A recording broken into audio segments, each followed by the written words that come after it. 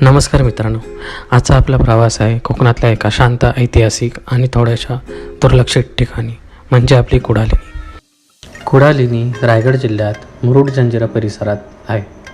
मुंबईपासून साधारण 130 किलोमीटर अंतरावर असलेली ही लेणी.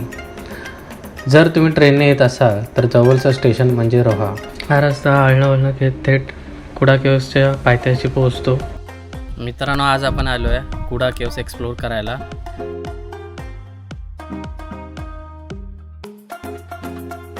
खूप जण अजिंठा वेरूळ ऐकतात, पण कुडा लेणीबद्दल फार कमी लोकांना माहिती आहे. आणि म्हणूनच आजचा हा ब्लॉग खास आहे.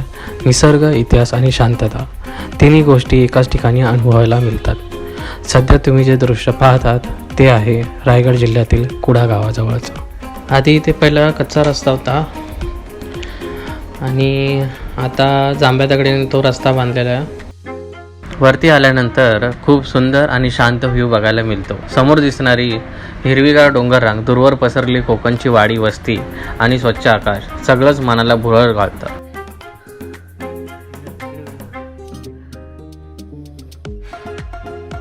मित्रांनो, चालून चालून दमलेलो आहे, जीव निघालेला आहे आणि काहीतरी ट्रॅकिंग करत जा मित्रांसोबत. नंतर तुमची बी अशीच हालत असणार आहे चालून चालून.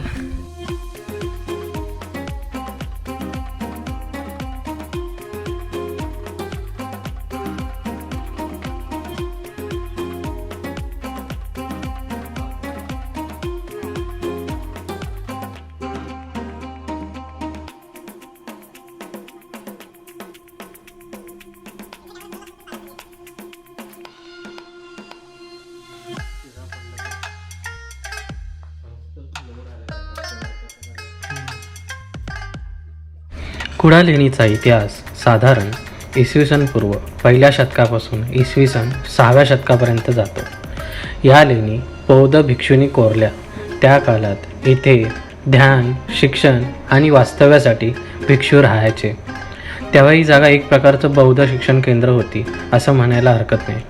खास गोष्ट म्हणजे इथे सापडलेले ब्राह्मी लिपीतील शिलालेख, ज्यातून त्या काळातील दानशूर व्यापारी, सामान्य लोक आणि समाज जीवनाची माहिती मिळते.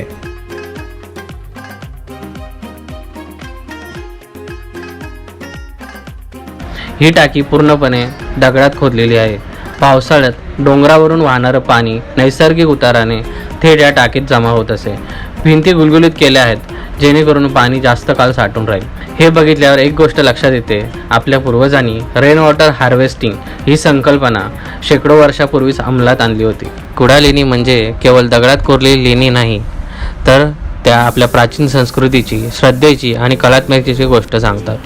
येथील गजशिल्प आणि प्रवेशद्वार पाहताना हे स्पष्ट होतं की आपल्या पूर्वजांनी केवळ वस्तू नाही तर अनुभव घडवले.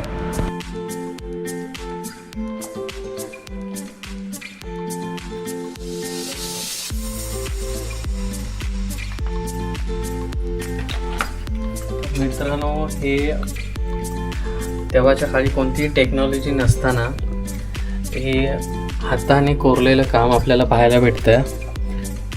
इथे लक्ष देण्यासारखी गोष्ट म्हणजे दगडात कोरलेली बुद्धांची शांत मुद्रा, कमळ, चक्र, नागाची चिन्ह आणि काही लेण्यांच्या प्रवेशद्वारावर असलेली हत्तींची शिल्पे. आज हजारो वर्षानंतरही ही कोरीव कामं पाहिलं की त्या काळातल्या कारागिरांची कला कळते.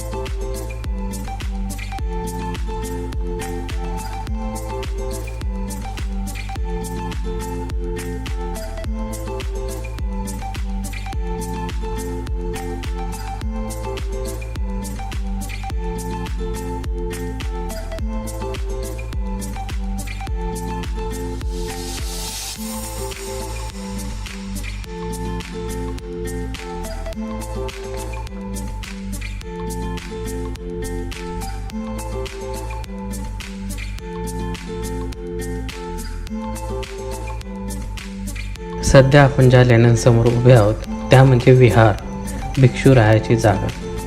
एकूण साधारण 25 ते 26 लेणी आहेत. काही लेणी ध्यानासाठी, काही निवासासाठी, तर काही उपासनेसाठी.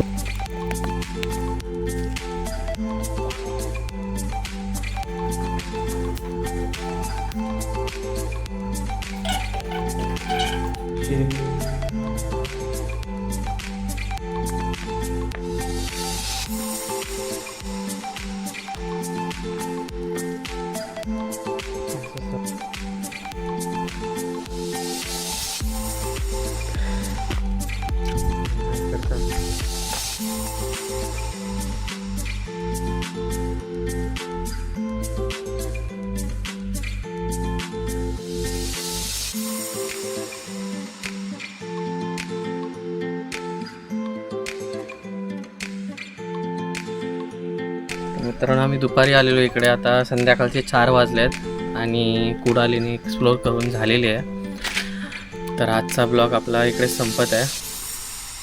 तुम्ही कमेंटमध्ये नक्की सांगा आजचा व्हिडिओ तुम्हाला कसा वाटला. धन्यवाद.